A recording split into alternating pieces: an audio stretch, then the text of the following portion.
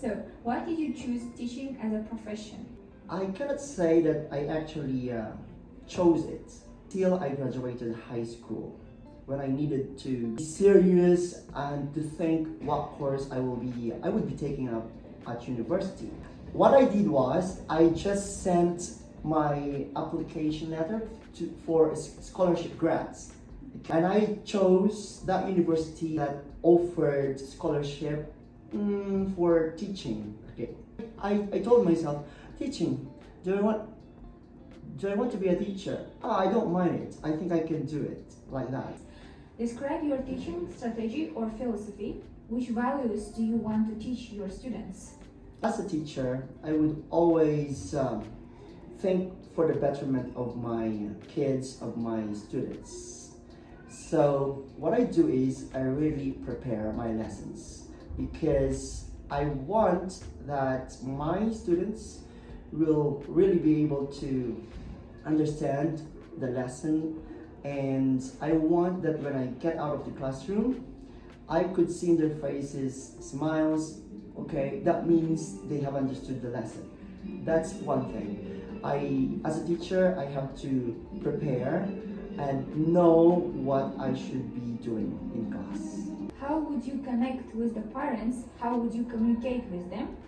Main rules. Why is it important to communicate with them? It's really essential to communicate or to be in contact with parents, because parents are parts of the development of the child. Okay, so at school we look after the children. We do our job as a teacher and so on, but we cannot deny the fact that we need the parents. Okay, so for instance, we don't just focus on the academics. We teachers try to see or develop the totality of an individual. We communicate about their performance, also their attitude, and so on, behavior, all of these things.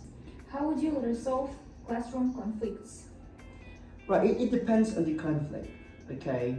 Most of the time, if I could solve the conflict or the problem right away, I will do it, or I do it. For example, one child hit another child, okay? I try to reprimand them, for example, stop, and they stop, then that's fine. But if it continues, I will have to consider also the other students. Okay, maybe I will give some time to talk to them, right? And so the other students will not be sacrificed also, okay? And after that, it doesn't stop there. I have to talk to them after lesson, and maybe this is now the proper time for us. If it's not resolved in class or at school, the parents should be called. Each child is different. How would you cater to them? Yeah, we call that individual differences. Okay, as a teacher, we need to know first what and who our students are. That's why we have some kind of diagnostic test and so on. When we teach, we need to think of all the kinds of students that we have. So, I mean, this is reflected in the kind of activities that we provide our students. So there will be varied activities. So be sure that there will be activities that are suitable to each of them. So it's not only one type of activity. There should be different activities. Okay. So, what's your biggest strength or weakness as a teacher? As a teacher, I can say that I am really passionate with what I do. I think that's the most important one.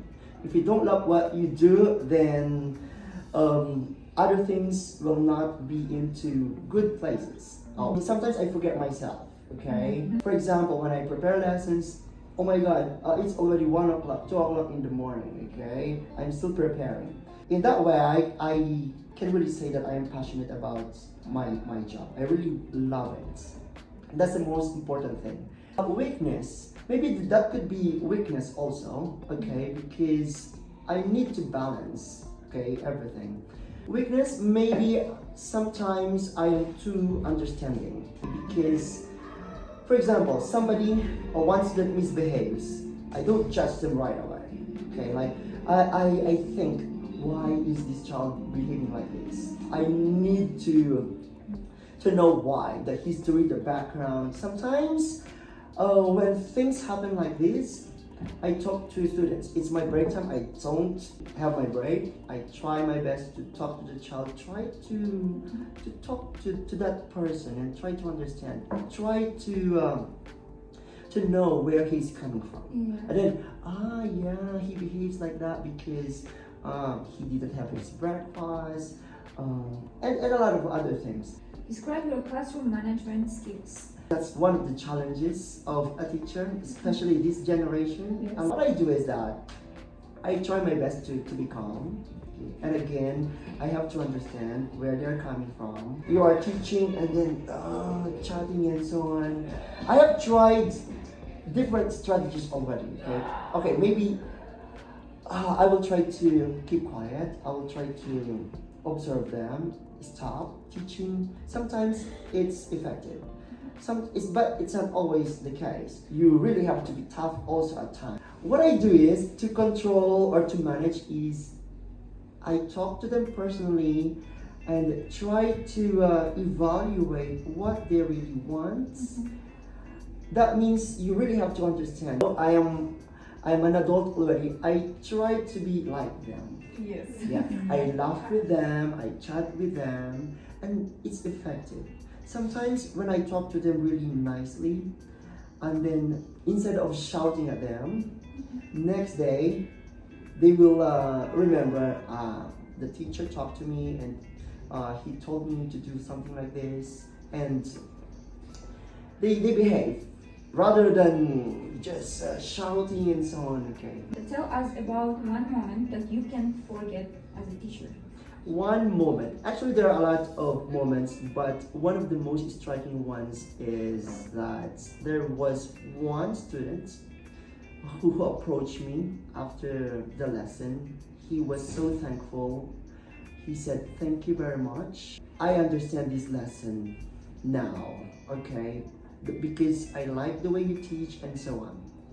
Before, I wasn't listening to the teacher. I don't know why, but I tried my best to listen, and now I know what I am doing now."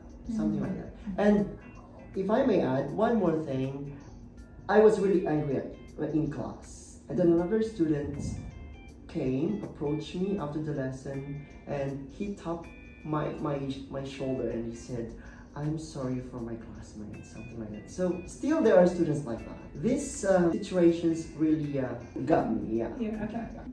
What are your hobbies and interests? Hobbies and interests. Every time people ask me for my hobbies, I feel ashamed, if I may say, because I am not like you or maybe other people who would say, "Oh, I'm into basketball, I'm into like this." Okay. Especially now, I'm really busy. I have a lot in my plate. So when it comes to hobbies, just surfing the net, and when I'm free, I take that opportunity to communicate with my loved ones in the Philippines and friends, because I live alone here in Kazakhstan, and for me to relax and of course to forget my routine and so on. Yeah, I just go online. I've always wanted to do other things, but I don't have the luxury of time. But I tried skiing. Wow. I tried skiing last year. What changes would you bring to the education system? That not really changes, because I think there should actually be real education, meaning whatever is imparted by the teacher, it should actually be applied.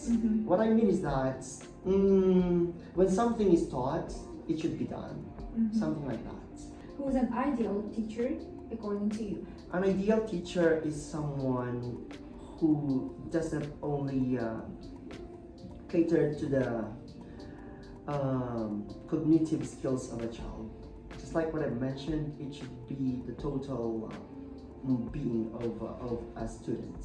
Because if you just develop the mind, but the emotions and so on, I don't think there is really education there. So, as a teacher, it's our responsibility to mold the totality of a person. What, according to you, is discipline? How do you ensure discipline in your classroom? Discipline, to me, is respect. Yeah, because if there's discipline, students listen to you, they don't misbehave like that. So everybody is, when everybody respects, then there is a smooth flow of the lesson and all the other good things will follow. Yes. So respect. Describe a lesson that didn't go well and how you resolved it. Particular lesson, I cannot really think of a particular lesson, but there are really some instances where I told you I prepare my lessons, okay, and I just finished the first part, okay. Why is that? Because